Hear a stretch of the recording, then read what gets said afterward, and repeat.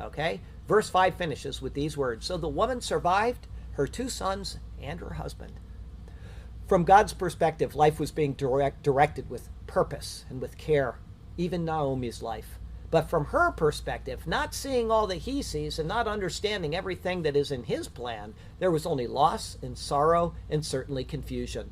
Again, as before, the Hebrew uses the term vatisha er to indicate that she is left while now her husband and both of her sons have gone on before her. Their journey is taken while she remains. One scholar, a guy named Fuller, gives these heartfelt words concerning Naomi's plight. Listen to how he puts this. Of the 2 sexes, the woman is the weaker. Of women, the old women are most feeble. Of old women, widows are the most woeful. Of widows, those that are poor, their plight most pitiful. Of poor widows, those who want children, in other words, are lacking children, their case is most doleful.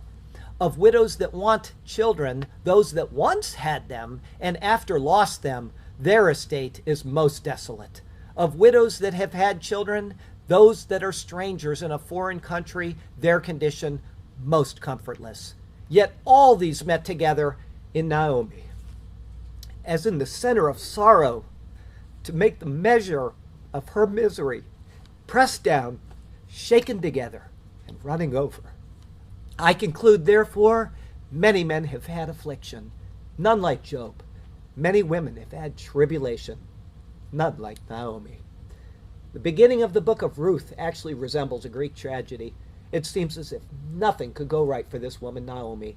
Surely the pleasantness of the Lord does not describe her situation at all. She is in a rut that seems hopeless and beyond her ability to bear.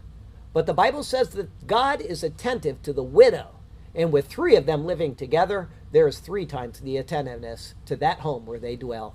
Certainly good things are in store for those who have mourned their dead, and good things are in store for those of us who belong to him as well when we mourn.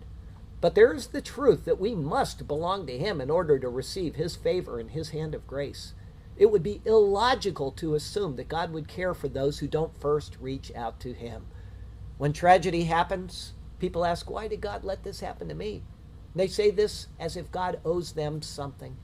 But isn't it we that owe God? Didn't he give us this life, the time that we live in and the place where we are? Every good thing that we have came from him. And yet we often don't take the time to thank him for any of it. And above all, what did he do? He gave us his greatest gift of all. He gave us his son, Jesus Christ. If we don't accept that gift, then why would we expect any of his rights as his child?